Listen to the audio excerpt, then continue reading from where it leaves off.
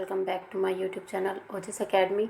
आज हम भोजन कहाँ से आता है और ये हमें कैसे प्राप्त होता है, शाकाहारी भोजन कौन सा होता है, मांसाहारी कौन सा होता है, सर्वाहारी कौन सा होता है, मतलब आज हम यहाँ पे विभिन्न खाद्य पदार्थों के बारे में जानेंगे और ये किस फसल से कैसे उगता है, कौन सी फसल कैसे बोई जाती है, इन सब चीज़ों के बारे में हम आज डिस्कस करेंगे। ओके, सो चलो स्टार्ट करते हैं। आज आपने अपने घर में क्या खाया? तो सबसे पहले अपने घर से हम शुरू करते हैं कि हमने अपने घर में आज क्या खाया है। फिर ये देखते हैं कि हमारे दोस्त के घर में क्या बना है। पता लगाए कि आपके दोस्त के घर में आज क्या खाया है।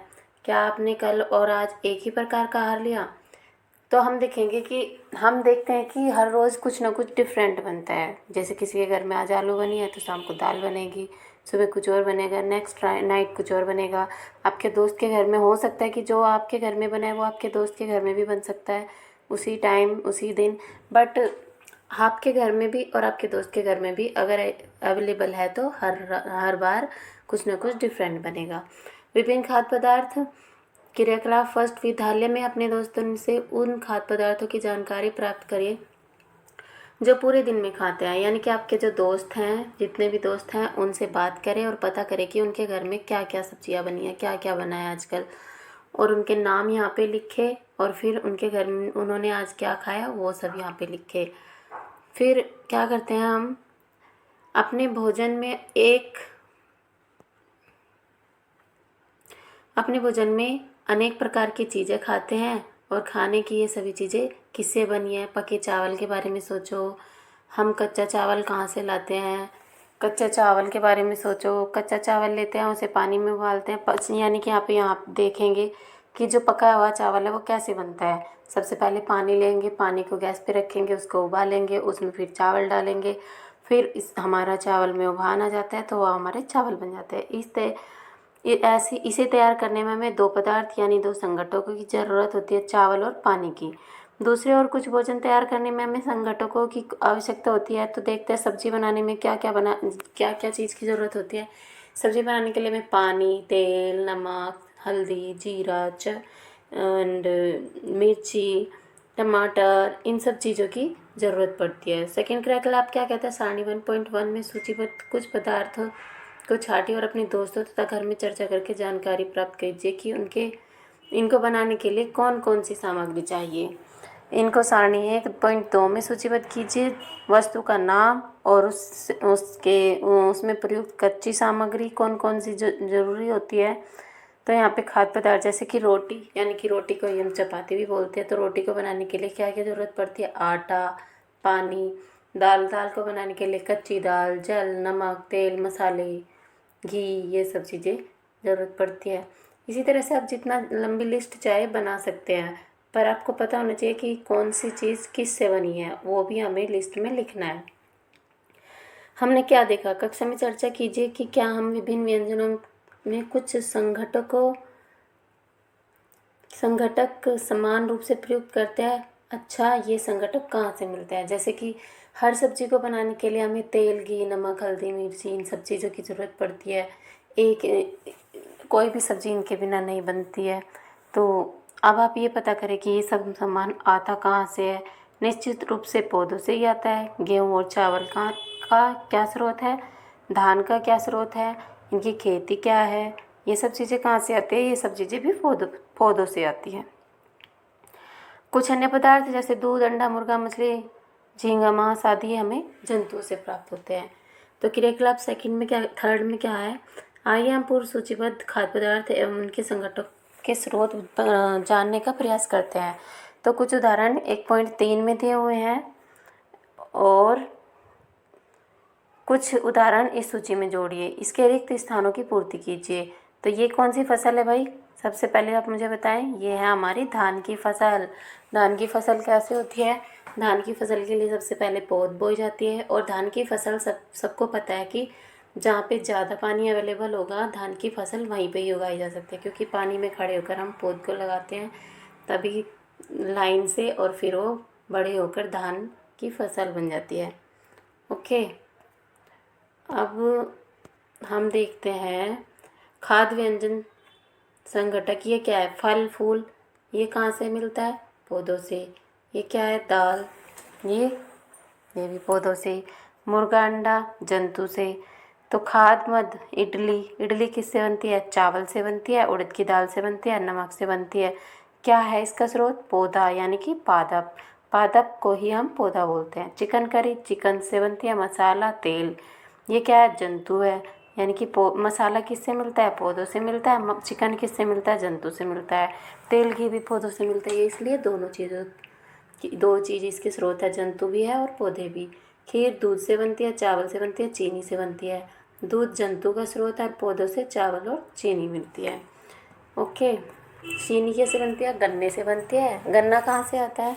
पौधे के रूप में उगाया जाता है, फसल के रूप में उगाया जाता है। ओके। क्रियाकलाप 3 में हम क्या निष्कर्ष निकालते हैं? पौधे विभिन्न खाद्य संगठकों जैसे अन्य सब्जी फल इत्यादि के स्रोत है। जंतुओं से हमें दूध मांस अंडे और जल अन्य उत्पाद प्राप्त होते हैं। गाय बकरी भैंस दूध देने वाले सामान्य पशु है।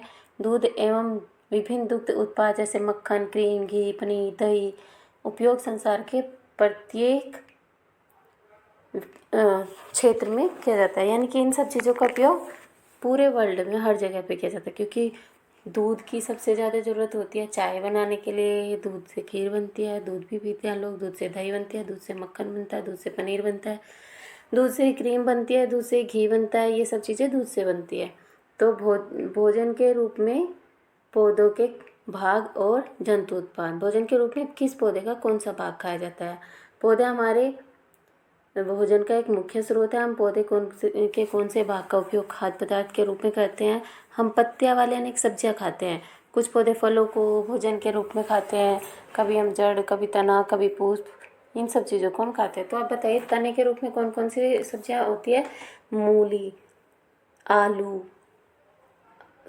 सॉरी ये जड़ के रूप में होती है। ये मूली, आलू और ये गाजर, ये सब इनकी क्या खाई जाती है? रूट खाई जाती है। और तने के रूप में कौन कौन सी सब्जियां होती है? तने के रूप में जो जिसका हम तना खाते हैं, तना क्या होता है? जैसे कि ये है, ये पौधे का तना है। ये जो लाइन सी, ये डंडी सी है, ये तना है। ये पत्तियाँ है, ये पुष्प है और ये रूट है। रूट का मतलब जो ज़मीन के अंदर होती है वो होती है हमारी रूट वाली फसलें। या आलू ज़मीन के अंदर होता है, मूली ज़मीन के अंदर होती है, गाजर ज़मीन के अंदर होती है। तो इसके हम क्या खाते हैं? रूट खाते हैं। और ये यहाँ पे तने के रूप में हम क्या खाते हैं? जैसे कि हम कह सकते हैं तने के रूप में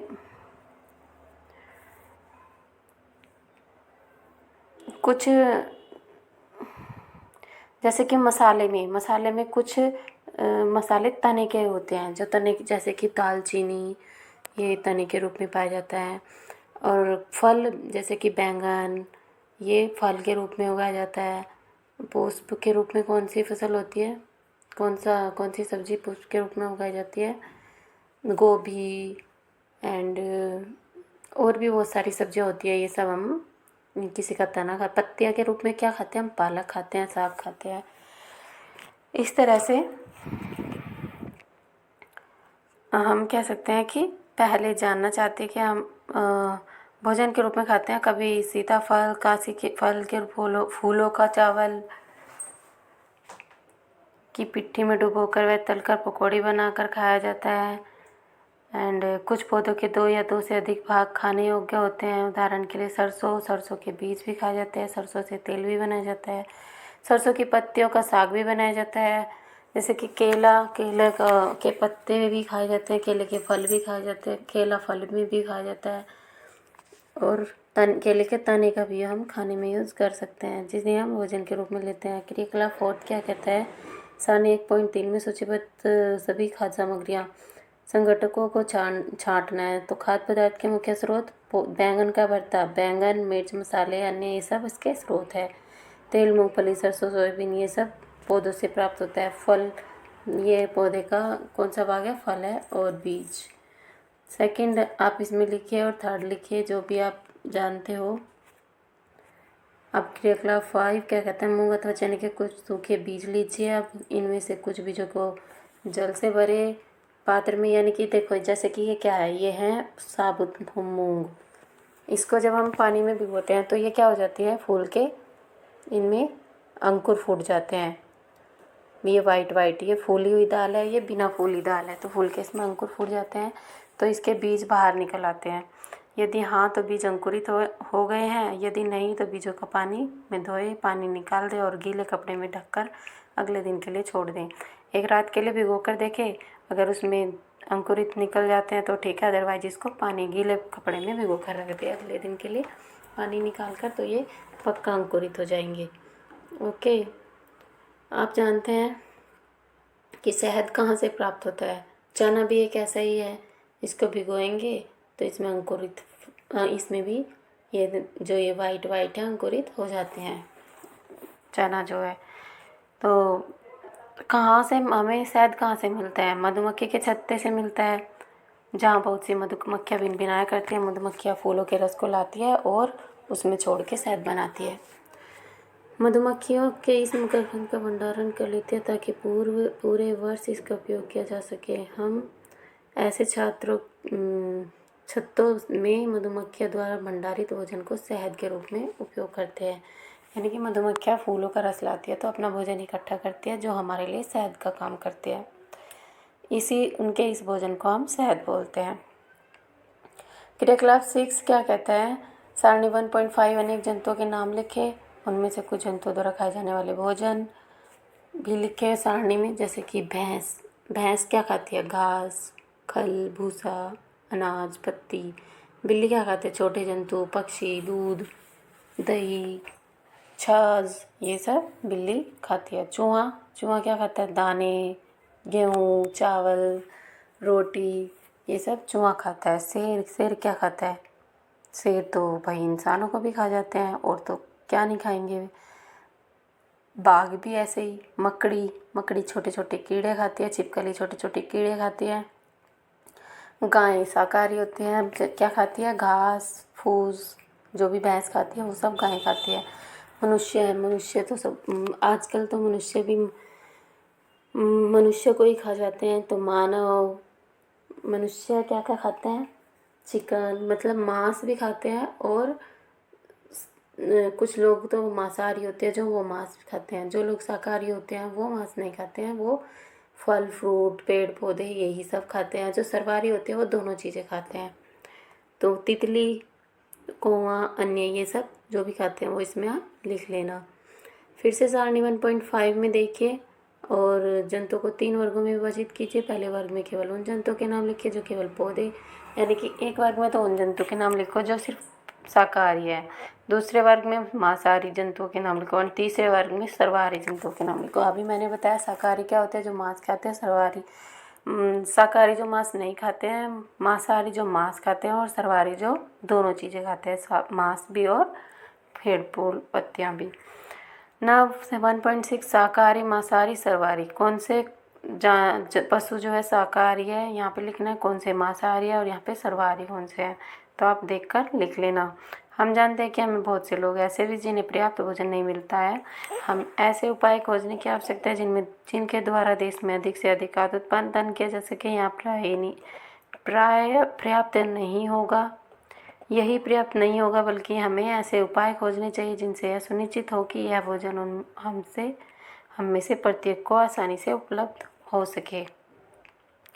संघटक, खाद्य, मकरंद, अंकुरित बीज, शाकाहारी, मांसाहारी, सर्वाहारी, इन सब के बारे में आप प्रमुख शब्द ये दिए हुए हैं, जाने। अब भारत में विभिन्न प्रदेशों में खाए जाने वाले भोजन में बहुत अधिक विविधता है, यानी कि हर स्टेट में कुछ न कुछ डिफरेंट डिश बनाई जाती है, कुछ न कुछ अलग भोजन पकाया जाता है। लेकिन हमारे भोजन में कुछ मुख्य स्रोत पौधे तथा कुछ जंतु है। जो जंतु केवल पादप खाते हैं उन्हें शाकाहारी, यानी कि पौधे खाते हैं, पेड़ पौधों से बनी चीज़ें खाते हैं, वो शाकाहारी होते हैं। एंड जो जंतु केवल जंतुओं को खाते हैं वो मांसाहारी होते हैं, और जो जंतु पादप और दूसरे प्राणी दोनों को खाते हैं वो सर्वाहारी होते हैं। क्या सभी जीवों को एक ही किस्म के भोजन की आवश्यकता होती है? नहीं, हर जीव को अलग, कुछ तो एक जैसे भी खा सकते हैं और कुछ अलग अलग। 5 पौधों के नाम बताइए, इनमें इनके कौन से भाग का उपयोग खाद्य पदार्थ के रूप में होता है? ये यहाँ पे बताइए आप 5 पौधे, और बताना कि उनके किस भाग का को खाया जाता है। जैसे कि गाजर के रूट को खाया जाता है, आलू की रूट को खाया जाता है, एंड पालक की पत्ती को खाया जाता है, सरसों की पत्ती को खाया जाता है, और गोभी के फूल को खाया जाता है। तो इस तरह से आप 5 पौधों के नाम बताना। जो जंतु पादप और दूसरे प्राणी दोनों का अच्छा। कॉलम 1 में दिए गए पदार्थ का कॉलम 2 से मिलान करना है। दूध, दही, पनीर, घी ये कहाँ से बनते हैं?